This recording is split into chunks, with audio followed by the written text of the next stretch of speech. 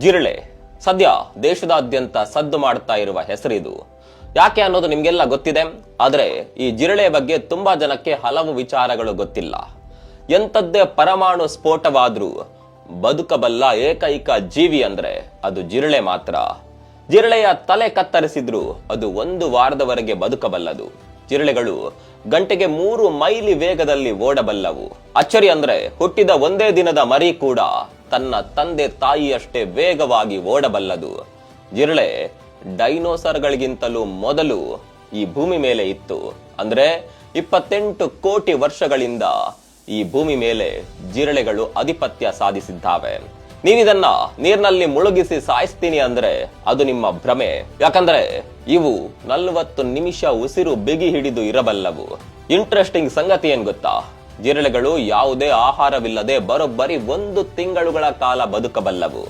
ಇಷ್ಟೆಲ್ಲ ಸಾಮರ್ಥ್ಯ ಇರುವ ಜಿರಳೆಗಳನ್ನ ನಾವೆಲ್ಲ ಕೀಳಾಗಿ ಕಾಣ್ತೇವೆ. ಇದೇ ಜಿರಳೆಯ ಹೆಸರನ್ನ ಹೇಳಿ ಈಗ ದೇಶದ ಯುವ ಜನತೆಗೆ ಅವಮಾನ ಮಾಡಲಾಗಿದೆ ಅನ್ನುವ ಕಾರಣಕ್ಕಾಗಿ ಕಾಕ್ರೋಚ್ ಜನತಾ ಪಾರ್ಟಿ ಅನ್ನುವ ಪಕ್ಷವೇ ಹುಟ್ಕೊಂಡಿದೆ. ಇಂಟ್ರೆಸ್ಟಿಂಗ್ ಸಂಗತಿ ಏನ್ ಗೊತ್ತಾ? ಈ ಪಕ್ಷಕ್ಕೆ 4 ದಿನದಲ್ಲಿ 10 ಮಿಲಿಯನ್ಗಿಂತಲೂ ಹೆಚ್ಚು ಫಾಲೋವರ್ಸ್ ಹುಟ್ಕೊಂಡಿದ್ದಾರೆ. ಈ ಜಿರಳೆಗಳ ಸಾಮರ್ಥ್ಯದ ಬಗ್ಗೆ ನಿಮ್ಗೆ ಏನನ್ಸುತ್ತೆ? ಕಾಮೆಂಟ್ ಮಾಡಿ.